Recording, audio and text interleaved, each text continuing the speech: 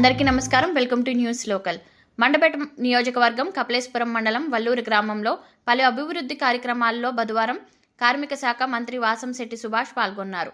MLA Vegulla Jogeswara Rao ఆధ్వర్యంలో జరిగిన ఈ కార్యక్రమంలో మంత్రి సుభాష్తో పాటు రాష్ట్ర నీటిపారుదల అభివృద్ధి సంస్థ చైర్మన్ వేగుళ్ల లీలాకృష్ణ పాల్గొని వల్లూరు శ్రీ సత్యనారాయణ ప్రాథమిక వ్యవసాయ సహకార పరిమితి సంఘం త్రిసభ్య కమిటీ ప్రమాణ స్వీకారం, గ్రామంలో నూతనంగా నెలకొల్పిన దివంగత నందమూరి తారక రామారావు విగ్రహాన్ని ఆవిష్కరించారు. ఈ సందర్భంగా మంత్రి సుభాష్ మాట్లాడుతూ నందమూరి తారక రామారావు విగ్రహావిష్కరణలో పాల్గొనడం తన అదృష్టమన్నారు. ముఖ్యమంత్రిగా ఎన్టీఆర్ ప్రవేశపెట్టిన సంక్షేమ పథకాలే నేటికి అమలవుతున్నాయని, వాటిని ఎన్నో రాష్ట్రాలు ఆదర్శంగా తీసుకుని అమలు చేస్తున్నానన్నారు. వల్లూరు చెరువుగట్టుపై నివాసముంటున్న 15 మంది కుటుంబాలను ఖాళీ చేయించడంతో వారికి ఇళ్ల పట్టాలు అందజేశారు. సుమారు 40 లక్షల ప్రభుత్వ నిధులతో నిర్మించిన వాటర్ ట్యాంక్ను, సీసీ రోడ్లను ఆయన ప్రారంభించారు. కార్యక్రమంలో టీడీపీ, జనసేన, బీజేపీ నాయకులు, కార్యకర్తలు అధిక సంఖ్యలో పాల్గొన్నారు.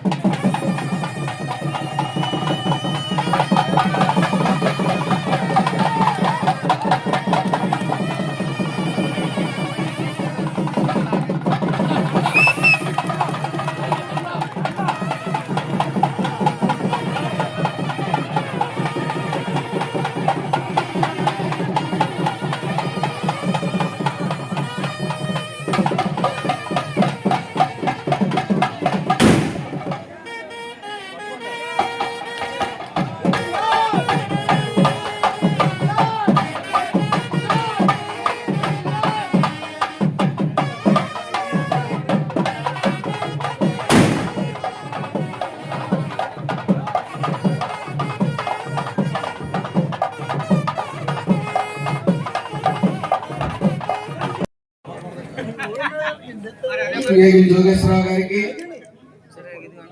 సోదర సమానంలో జనసేన పార్టీ ఇన్ఛార్జ్ లీలాకృష్ణ గారికి, ఏఎన్సీ చైర్మన్ రామకృష్ణ గారికి, మిగతా పెద్దలకి, వల్లూరు గ్రామ ప్రజలకి, పెద్దలకి అందరికీ కూడా, సర్పంచ్ మీనా కుమార్ గారికి, మిగిలిన పెద్దలందరికీ కూడా హృదయపూర్వక నమస్కారాలు తెలియజేసుకుంటా ఉన్నా. నట సౌరభ నందమూరి తారక రామారావు గారు విగ్రహం పునఃప్రతిష్ఠకి నన్ను ఆహ్వానించిన జోగేశ్వరరావు గారికి నా హృదయపూర్వక నమస్కారాలు తెలియజేసుకుంటూ, ఈ ఘటన చాలా అదృష్టంగా నా చేతుల మీద ఈ పునఃప్రారంభం కావడం నా అదృష్టంగా భావిస్తా ఉన్నాను. ముఖ్యంగా ఢిల్లీలో శాసిస్తే ఆంధ్రాలో పాలించే రోజులని, తెలుగు వారి మనోభావాలు మొత్తం తీసుకెళ్లి తాకట్టు పెట్టే రోజుల్లో మనకంటూ పార్టీ ఉండాలి, మన పాలన మనమే చేసుకుందామనే ముఖ్య ఉద్దేశంతో అలనాడు తెలుగుదేశం పార్టీ స్థాపించిన 9 నెలల్లోనే అధికారంలో తీసుకొచ్చిన మహనీయుడు నందమూరి తారక రామారావు. ఇందాక వేగుల లీలాకృష్ణ గారు చెప్పినట్టు ఆయన పథకాలన్నీ కూడా ఈరోజు దేశవ్యాప్తంగా ఆచరిస్తున్నారంటే ఆయన ముందు చూపు అటువంటిది. పెన్షన్ కానీ, అలాగే బీసీలకి చట్టం కల్పించడం, రిజర్వేషన్ కల్పించడం కానీ, 20% రిజర్వేషన్, అదేవిధంగా మహిళలకి ఆస్తిలో సమాన వాటం కల్పించడం కానీ, మహిళలకి అత్యధిక విలువ ఇచ్చి మగవాడితో సమానం అనే నినాదం తీసుకువచ్చిన మహనీయుడు స్వర్గీయ ఎన్టీ రామారావు. ప్రవేశపెట్టిన ప్రతి పథకం కూడా ఇవాళ ప్రతి చోట అమలవుతా ఉంది. కూడు గుడ్డ అనే నినాదంతో అందరికీ 4 ఏళ్ళు లోపలికి వెళ్ళాలి, 5 ఏళ్ళు లోపలికి వెళ్ళాలి, నోట్లోకి వెళ్ళాలనే ముఖ్య ఉద్దేశంతో కిలో 2 రూపాయల బియ్యం ఆ రోజున ప్రవేశపెట్టి అందరి పేదలందరికీ కూడా 5 ఏళ్ళు నోట్లోకి వెళ్ళేలా చేసిన మహనీయుడు ఆయన. అది ఆయన స్థాపించిన పార్టీని ఏ రీతిలో ఘనంగా ప్రారంభించి ప్రజలకు తీసుకెళ్లి యావత్ దేశానికి మొత్తానికి తెలుగు వారి ఆత్మగౌరవాన్ని ఏంటి అనేది చాటి చెప్పిన వ్యక్తి. ఆ తర్వాత మన విజనరీ ఉన్న నాయకుడు నారా చంద్రబాబు నాయుడు గారు ప్రతి తెలుగుదేశం కార్యకర్తని క్రమశిక్షణతో ఉండే మసిలేలా చేసి, మరి ఆ రోజుకి ఈ రోజుకి తేడా ఏంటంటే అప్పటికి ఇప్పటికి కూడా ఎన్నడూ చరిత్రలో చూడలేనటువంటి ప్రతిపక్ష నేత ఒక సైకోని మనం చూసాం. ఆ సైకో పాలనలో నేను ముఖ్యంగా రెండు నేర్చుకోవాలనుకున్నాను. ఈ నియోజకవర్గంలో ఒక పిడుగు వచ్చి పక్కన పడినా ప్రశాంతంగా ఉండి నవ్వుతూ ఉంటాడు.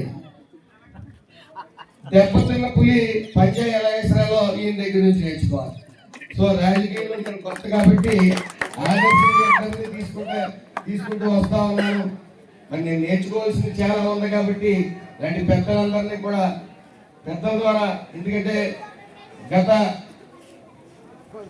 ఒక్క ఛాన్స్ అంటే ప్రజలందరూ మోసపోయారు, అన్ని కాన్స్టిట్యూన్సీ ప్రజలు మోసపోయారు. కానీ ఈ యొక్క మండపేట ప్రజలు చాలా తెలివైన వాళ్ళు.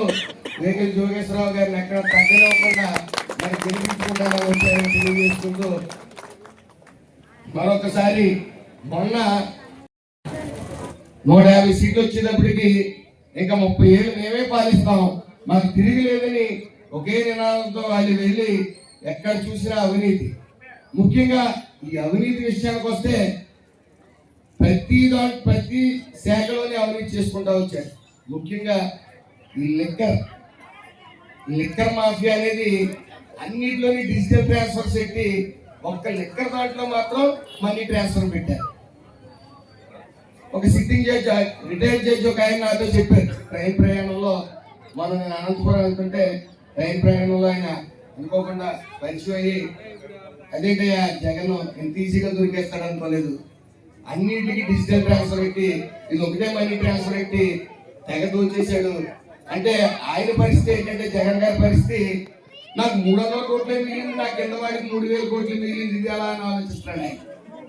అంటే గుడిని మింగేవాడు అంటే గుడిలో లింగాన్ని మింగేవాడు వైఎస్ఆర్. ఏదేమన్నప్పటికీ మొన్న గత కేబినెట్ ముందు లోకేష్ గారు చాలా ముఖ్యమైన విషయం ఒకటి చెప్పారు మాకు.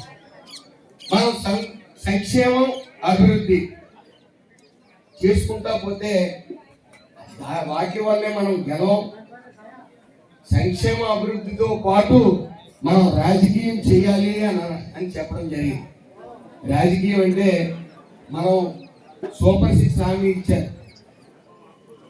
సూపర్ 6 హామీ ఇచ్చిన తర్వాత ఒక్కొక్కటిగా నెరవేర్చుకుంటా వచ్చి ఈవేళ మనందరం కాలు దగ్గరేసుకుని చెప్పగలం సూపర్ 6 అన్ని అమలు చేసాం, సూపర్ 6 సూపర్ హిట్ అయిందని మనం చెప్పగలం. కానీ ప్రతిపక్షాలు ఏమీ చేయలేదు, ఏమీ రావట్లేదు అంటున్నారు. ఏమీ చెయ్యింది వాళ్ళు. గత 5 ఏళ్ళ ప్రభుత్వంలో కొత్త రేషన్ కార్డు ఒకటైనా ఇచ్చారా? కొత్త పెన్షన్ ఒకటైనా ఇచ్చారా? ఓ బట్టలు నొక్కుతాడు చీకట్లో కూర్చుని అమ్మఒడేది. కొంతమందికి అర్హులకు పడకపోతే వాళ్ళు ఎన్నో అర్థరాధాలు చేసినా ఎక్కడికి వెళ్ళినా దానికి సమాధానం ఉంటుంది. కానీ ఇక్కడ తల్లికి వందనం అనే పేరుతో ఇంట్లో ఎంతమంది పిల్లలు ఉంటే అంతమంది పిల్లలకి వేయటమే కాక పొరపాటున అర్హులకి ఎవరికన్నా పడకపోతే గ్రీవెన్స్ రేస్ చేసుకునే పరిస్థితి తీసుకుని వచ్చారు. ఇవాళ గ్రీవెన్స్ ఒకసారి కాదు 2 సార్లు రేస్ చేసుకుని అర్హులందరికీ మళ్ళీ ఎవరికైతే తల్లికి వందనం పడేలా చేశారు.